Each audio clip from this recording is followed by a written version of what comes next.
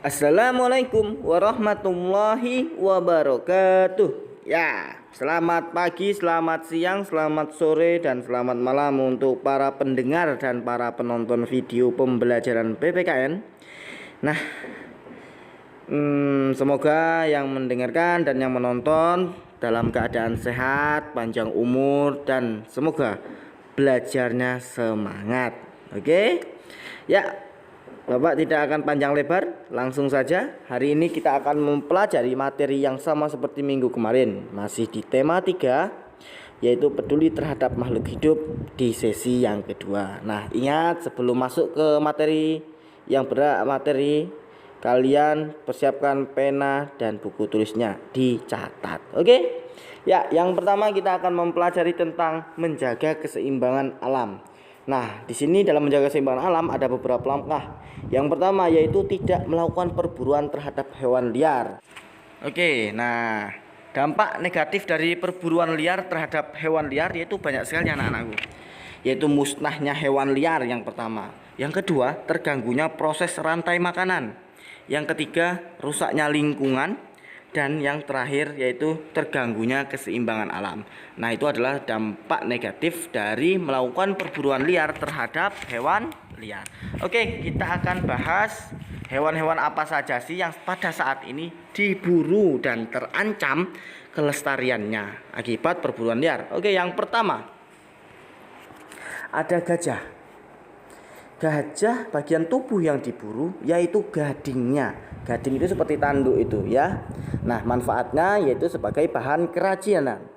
Nah, itulah mengapa pemburu liar memburu gajah, yaitu yang diburu itu adalah gadingnya supaya dimanfaatkan untuk bahan kerajinan. Yang kedua itu adalah merak. Merak juga diburu, yang diburu itu adalah bulunya dan dimanfaatkan untuk hiasan. Yang ketiga itu ada harimau. Harimau yang diburu itu adalah kulit yang dimanfaatkan sebagai hiasan jaket dan karpet. Sama juga seperti ular. Ular juga diburu kulitnya untuk bahan tas, sepatu, dan dompet. Oke, yang kedua, langkah kedua, tidak menebang pohon secara liar. Menebang pohon secara liar dan membakar hutan akan merusak habitat hewan. Nah, hewan liar akan kehilangan tempat tinggal dan tempat mencari makan. Karena apa tadi? Rusaknya habitat mereka. Dan akibatnya itu mereka akan merusak perkebunan dan pertanian warga. Dan sebab itu warga akan memburu dan membunuh hewan liar tersebut karena terganggu. Nah, hal inilah yang menyebabkan terbunuhnya hewan-hewan liar dan terancam punah. Dan menyebabkan lagi terganggunya keseimbangan alam. Oke, yang ketiga yaitu membuat cagar alam dan kebun binatang. Cagar alam dan kebun binatang juga dapat digunakan untuk tempat rekreasi dan edukasi, yaitu pendidikan. Nah, pembuatan cagar alam dan kebun binatang dilakukan oleh pemerintah. Oke, dengan menjaga kelestarian hewan langka berarti telah berupaya menjaga keseimbangan alam. Nah, kita sudah masuk ke materi selanjutnya, yaitu melestarikan hewan langka. Oke, pelestarian hewan langka merupakan tanggung jawab semua pihak. Yaitu mengapa kita melestarikan hewan langka? Bertujuan agar hewan tersebut tidak mengalami kepunahan. Kelestarian hewan sangat bermanfaat untuk kelangsungan hidup manusia. Nah, secara garis besar, pelestarian hewan dapat dilakukan dengan dua cara. Ya, cara pertama itu adalah pelestarian in situ. Apa sih pelestarian in situ? Oke, simak baik-baik. Pelestarian in situ adalah pelestarian yang dilakukan pada tempat asli hewan tersebut berada. Nah, contohnya itu ada pelestarian in situ. Nanti akan tampil tulisannya, Bapak jelasin, Bapak sebutkan dulu. Ada cagar alam, Suaka Marga Satwa, dan taman nasional. Oke, Bapak akan jelaskan satu persatu.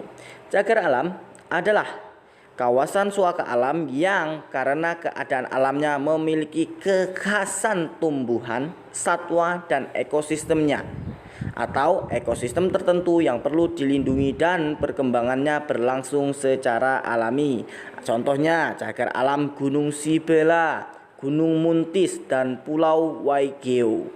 Kedua, Suaka Marga Satwa adalah kawasan suaka alam yang memiliki ciri khas berupa keanekaragaman atau keunikan jenis satwa dan untuk kelangsungan hidupnya. Contohnya, Suaka Marga Satwa Cikepuh dari Suaka Marga Satwa dan Suaka Marga Satwa Tanjung Amolengo. Yang ketiga, Taman Nasional. Taman nasional itu adalah kawasan pelestarian alam yang mempunyai ekosistem asli dan dimanfaatkan untuk tujuan penelitian, ilmu pengetahuan, pendidikan. Contohnya Taman Nasional Ujung Kulon dan Taman Nasional Tanjung Puting. Oke, paham? Kita ke slide berikutnya. Nah, di sini kita masuk ke bagian kedua, yaitu pelestarian ex situ. Yang tadi adalah in situ, yang ini adalah ex situ. Pelestarian ex situ adalah upaya pelestarian yang dilakukan di luar tempat aslinya. Di contohnya ada kebun binatang, taman safari, dan penangkaran jalak Bali. Oke, di sini dicantumkan cuma 2 ya, tidak apa-apa. Oke. Sudah paham?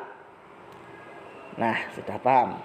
Oke, kita lanjut ke manfaat melindungi hewan langka. Oke, dari pembelajaran tadi kita sudah belajar banyak hal. Nah, dari pembelajaran itu apa sih manfaatnya yang kita peroleh setelah kita melakukan pelestarian in situ, pelestarian ex situ, melindungi hewan langka, dan lain-lain? Oh, ternyata ada manfaatnya.